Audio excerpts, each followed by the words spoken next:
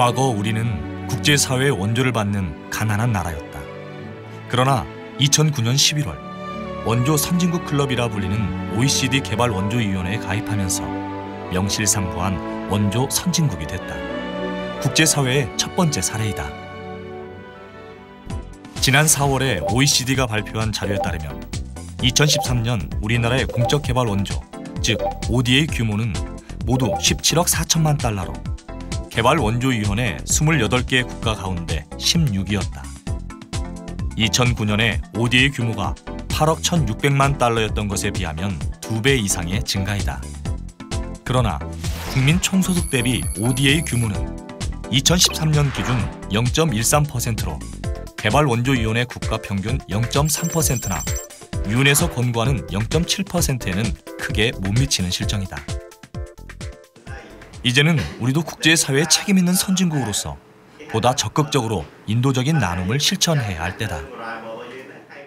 우리나라도 물론 여러 가지 민간협력 사업이나 이런 걸 통해서 우리나라 기업체라든지 정부의 이익을 현지에서 증진시키려는 목적을 가지고 ODA 사업을 하는 것도 있지만 어쨌든 또 한편으로는 원조를 최근까지 봤던 입장에서 급격하게 경제 발전을 이룬 입장에서 이제 약간 좀 진정으로 이 나라도 우리나라 같은 경험을 하기를 바라는 그런 열망이 약간 우리나라가 ODA 사업을 수행하는 데 좀 영향을 주고 있다고 생각합니다.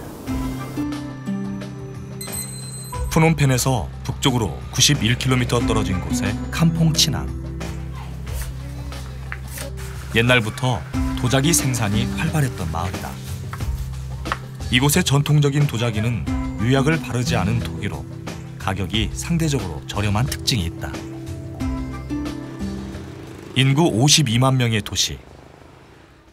캄퐁치낭 주립병원은 이 도시의 단 하나뿐인 종합병원으로 하루에 180명에서 많게는 200명의 환자가 찾는다.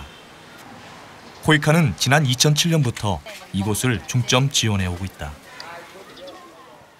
좀ជំរាបប្រាប់ថាក្នុងឆ្នាំ2007អង្គការកយការបានជួយនៅសាងសង់អគារចំនួន2ខ្នងហើយនឹងសម្ភារៈបរិក្ខារពេទ្យមួយចំនួនធំនៅក្នុងនោះក៏ក្នុងឆ្នាំ2014នេះអង្គការកយការបានជួយបន្ថែមនៅរថយន្តសង្គ្រោះបន្ទាន់មួយគ្រឿងទៀតបាទហើយនឹងជួសជុលអគារចាស់ហ្នឹងអគារពីមុនហ្នឹងឡើងវិញទាំងពីរតែម្ដងបាទ 코이카의 지원이 있기 전까진 환자들은 바닥에 누워 차례를 기다려 했으나 지금은 제대로 된 병상에서 약품을 처방받는다.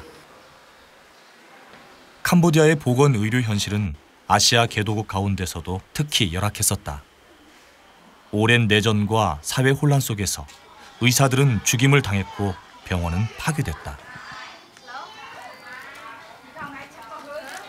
이런 현실에서 벗어나기 위해 캄보디아 정부는 보건 전략 계획을 세워 이행하고 있다.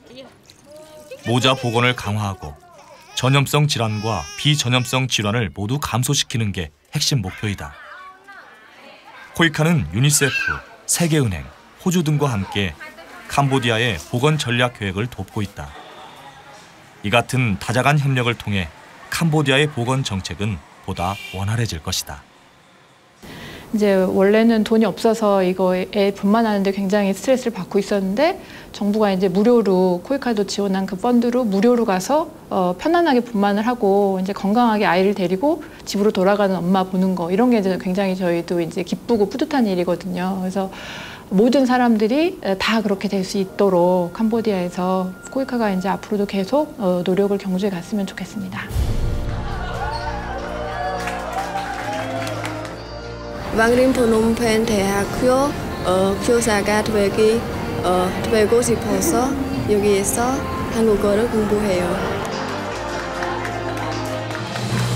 저처럼 시골에서 오는 가난한 학생들에게 줄 수 있어요. 세계 최빈국. 이 말은 한때 우리에게 따라붙던 수식어였다. 그러나 우리는 빈곤의 강을 건너 풍요의 언덕에서 다른 이를 도울 여유가 생겼다. 코이카는 우리의 따뜻함을 경험한 지구촌 젊은이들이 또 다른 누군가에게 희망의 등불을 밝혀주길 기대한다. 과거 원조를 받아야 했던 우리가 지금은 따뜻한 사랑을 베풀고 있듯이.